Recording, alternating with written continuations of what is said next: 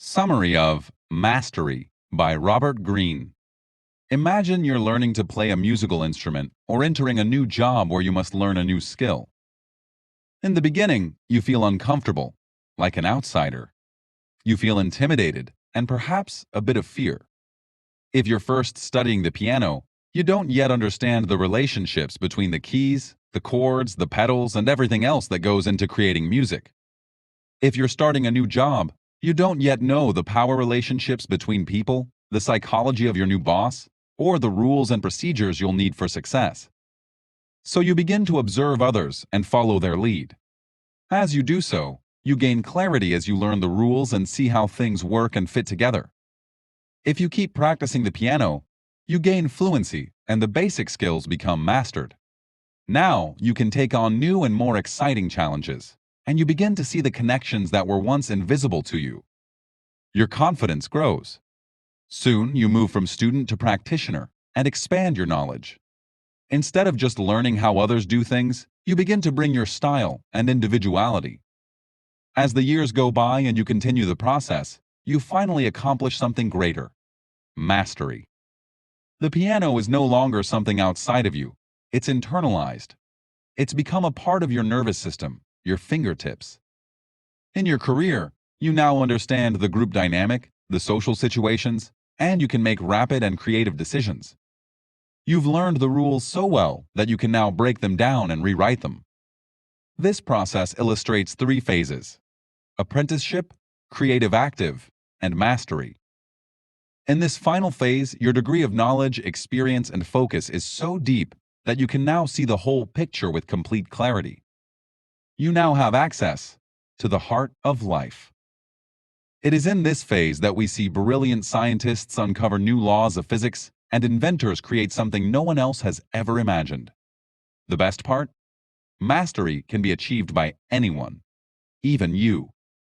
For centuries, people have believed mastery to be a privilege, only given to a select few who simply have an innate talent. But this is the real secret. The brain that we possess is the work of 6 million years of development, and more than anything else, this evolution of the brain was designed to lead us to mastery, the latent power within us all. Chapter 1. To discover your life's task, you must look inward. If all of us are born with similar brains, then why is it that only a limited number of people seem to truly excel and utilize this potential power? I mean, how else can you explain the brilliance and natural talent of artists like Mozart or Leonardo da Vinci? But studies show that thousands upon thousands of children display exceptional skill and talent in some field, yet relatively few of them ever go on to do great things. In other words, natural talent or a high IQ cannot predict or explain future achievement. For example, let's take a look at Sir Francis Galton and his older cousin, Charles Darwin. When the two were young, Galton was a super genius with an exceptionally high IQ, even higher than Darwin's. He even went on to have a notable scientific career. Yet, Galton never fully mastered any of the fields he went into. On the other hand, Darwin is celebrated as one of the greatest scientists in history.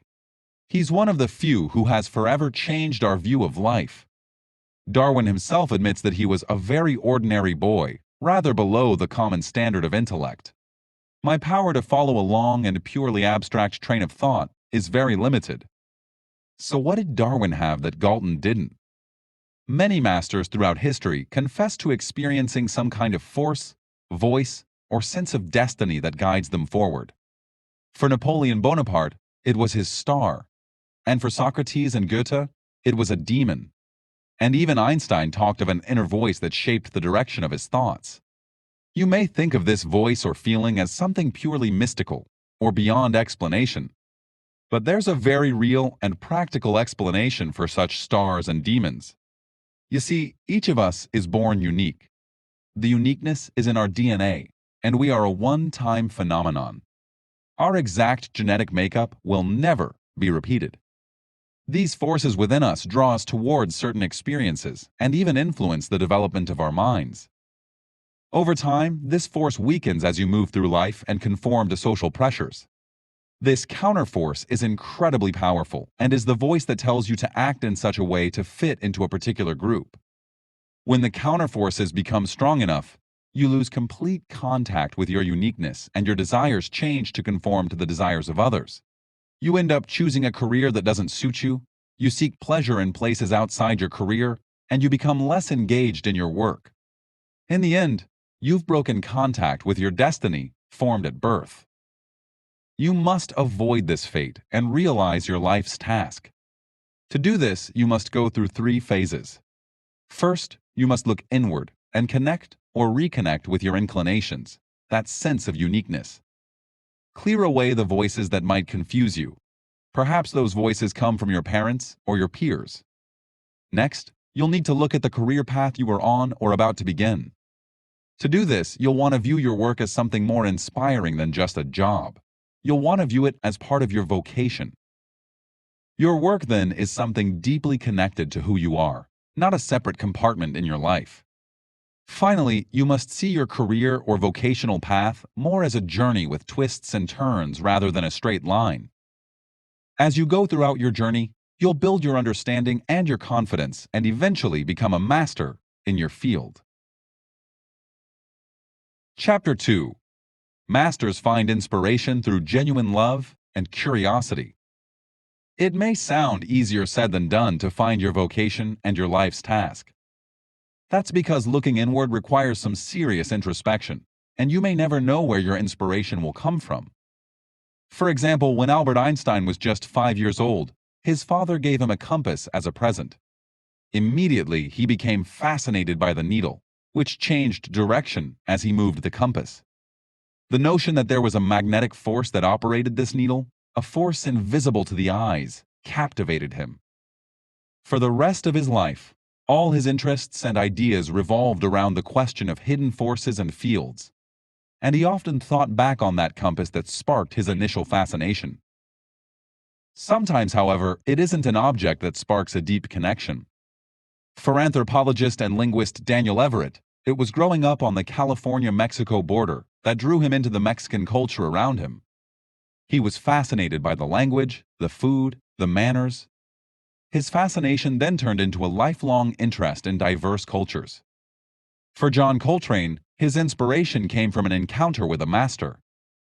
Coltrane was interested in music and took up the saxophone and played in the high school band. Just a few years later, he saw the great jazz saxophonist Charlie Bird Parker perform live. It was that performance that sparked something inside Coltrane, and he began to practice with such intensity that within a decade, he transformed himself into one of the greatest jazz artists of his era. All of these masters found success in a field that was sparked by a genuine interest and love for their subject. Things like prestige and money came later. Therefore, it's important that when you search for a career or vocation, that you become guided by love and curiosity, not fame and fortune. Just take a look at Freddie Roach, the boxer who chose an unpaid position at a boxing center to help him develop the necessary skills. Ultimately, Roach's decision to take an unpaid job led to more fame and success later in life than if he had taken another paid job earlier on. Charles Darwin made a similar choice when he rejected a place at medical school and a well-paid job in a church. Instead, he took an unpaid position as a naturalist on the HMS Beagle, where he could study exotic plants and animals.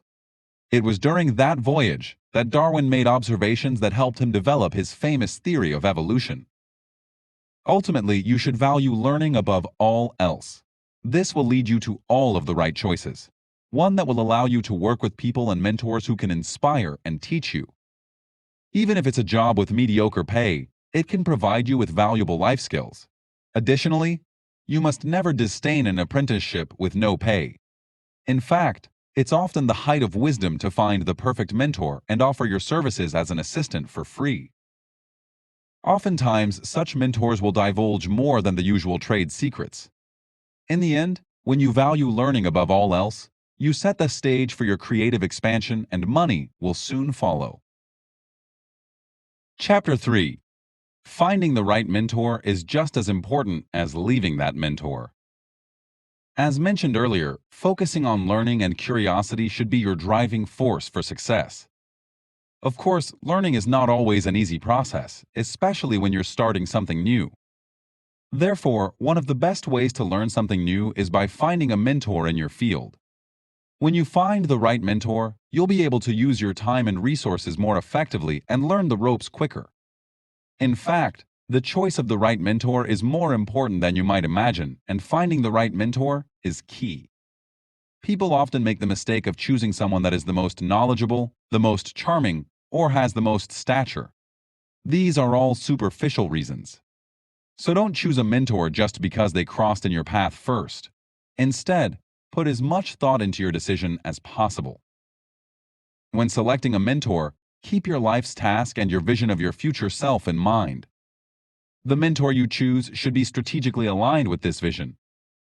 So if your path is in a more revolutionary direction, you'll want a mentor who is open and progressive, and not domineering. If your ideal is more idiosyncratic, you'll want a mentor who makes you feel comfortable and will help you transform your peculiarities into mastery instead of squashing them. And if you aren't sure about the direction you want to go, it might be useful to find someone who can help you gain clarity in what you want. In this case, you might even benefit from choosing a domineering mentor. It's important, however, to stay emotionally distant. That way, you can eventually choose what you wish to absorb and what you should reject. For example, in 1906, Carl Jung was a promising psychiatrist, renowned for his work in experimental psychology, and he held an important position at the famous Burg Herzli Psychiatric Hospital in Zurich. Despite his success, he still felt insecure and became frustrated that many of his treatments for patients weren't often effective. So he began to correspond with the founder of the psychoanalytic field, Sigmund Freud, who was 51 years old at the time. While Jung was ambivalent about Freud, he admired his passion as a pioneer in the field. When they finally met a year later, the two talked non-stop for 13 hours.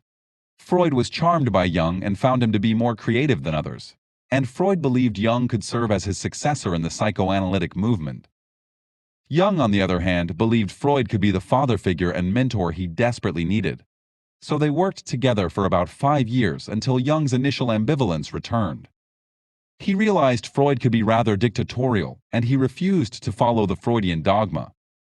By 1913, they ended the mentor relationship, and Jung was banished from Freud's inner circle. But the relationship wasn't all bad. Over the years, Jung had worked out all his doubts and sharpened certain core ideas about human psychology. Overall, he was able to strengthen his sense of identity throughout the years, and without the mentorship, he would have never come to a clear resolution. When going through your own apprenticeship, it's important to remember that you won't be an apprentice forever. This simply means that you'll need to go back to your childhood. For instance, if you've ever visited a new country in which you can't rely upon everything being familiar, you become childlike again. You become struck by the oddness and newness of everything you're seeing. Well, masters retain a portion of this childhood spirit in their work and in their ways of thinking. They also retain a childlike excitement about their field and a playful approach. This is called the dimensional mind, which often lies dormant in the apprenticeship phase as you patiently absorb all the new details there is to know about your field. The spirit then comes back, as you gain freedom and the opportunity to use the knowledge you've gained. It is this freedom to bend the rules that you should embrace once you finish your apprenticeship. For example, Mozart spent close to 8 years suppressing his creativity under the pressure from his father. Later, he rebelled and reconnected with his childlike spirit and exploded with creativity once he had freed himself from his family. In other words, don't be scared to rebel and go out on your own. After all, that's what every master does at some point anyway. Chapter 4. To obtain mastery, you should train your brain to stay open-minded. Imagine the mind as a muscle that naturally tightens up over time unless it's consciously avoided. The reason our minds tighten is for 2 reasons. First, we typically prefer to entertain the same thoughts and ways of thinking because it makes us feel familiar and safe. We're creatures of habit, and sticking with the same methods saves us a whole lot of effort. Second, whenever we work hard at a problem or idea, our minds naturally follow their focus because of the strain and effort involved. Put simply, we eventually tend to consider fewer alternative possibilities or viewpoints and become narrow-minded. To overcome this affliction, we must loosen up the mind and let in alternative ways of thinking. You can do this by cultivating negative capability. In 1817, 22-year-old poet John Keats wrote a letter to his brothers explaining his most recent thoughts on the creative process.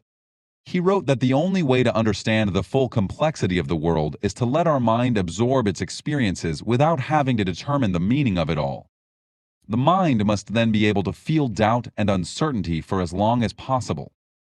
It's in this state that ideas become more dimensional than if we had jumped to conclusions and formed judgments early on. To accomplish this kind of mindset, we must negate our ego. In other words, we must suspend our ego and simply experience what we are seeing without the need to make judgments for as long as possible. This is called negative capability. All masters possess this negative capability, and it's the source of their creative power. It allows them to entertain a broader range of ideas and experiment with them. In turn, their work becomes richer and more inventive. To illustrate this further, let's look at Mozart. Mozart never asserted any particular opinions about music. Instead, he absorbed all types of styles and incorporated them into his own voice. Later in life, he encountered the music of Johann Sebastian Bach, who played music quite different from his own. Many artists might grow defensive and dismissive of something that challenges their own. However, Mozart became open to new possibilities and studied Bach's use of counterpoint for about a year and absorbed it into his own vocabulary. As a result, his music took on a new, surprising quality. To put negative capability into practice, you must begin to suppress the need to judge everything that crosses your path. Observe while holding yourself back from forming an opinion. Additionally, you should seek out what is unfamiliar. Begin by seeking books written by unfamiliar writers in unrelated fields or from different schools of thought. However, negative capability shouldn't be a permanent state of mind. After all, to produce work, you must create boundaries and limits and come up with conclusions. Instead, negative capability should be used as a tool in the process to open up the mind temporarily to more possibilities. Chapter 5. Mastery occurs when skills become automatic and mind and body become one. You may be asking yourself at this point, so what is mastery? Well, masters often talk about the sensation of seeing more. Suddenly they can grasp an entire situation through a simple idea. They experienced an intuition or a fingertip feel. For example, the great chess master Bobby Fischer spoke of being able to think beyond the moves of his pieces on the chessboard. He noted his ability to see fields of forces that allowed him to anticipate the entire direction of the match.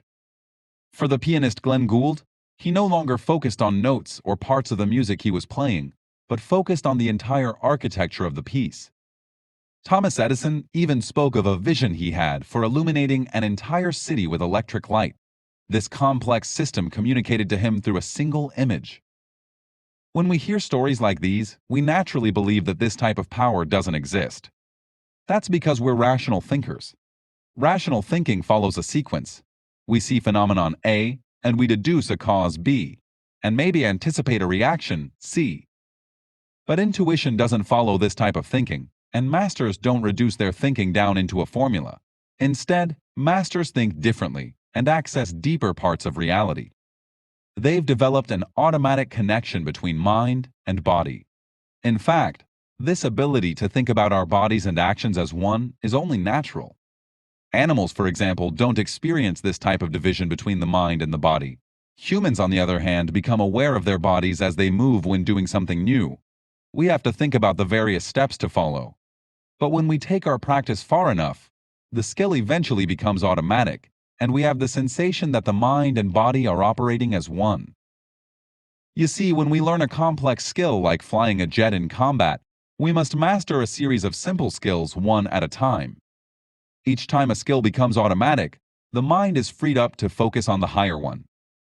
At the end of this process, when there are no more simple skills to learn, the brain assimilates and the skill becomes internalized and becomes part of our nervous system. This skill is now inside us and is at our fingertips. Of course, achieving this type of mastery takes practice. This may sound uninspiring, but mastery can take as much as 10,000 to 20,000 hours of practice. It's time, however, to change your perspective on practicing a skill and begin to see the powers you can gain through practice and discipline. The rewards can be incredible, even miraculous.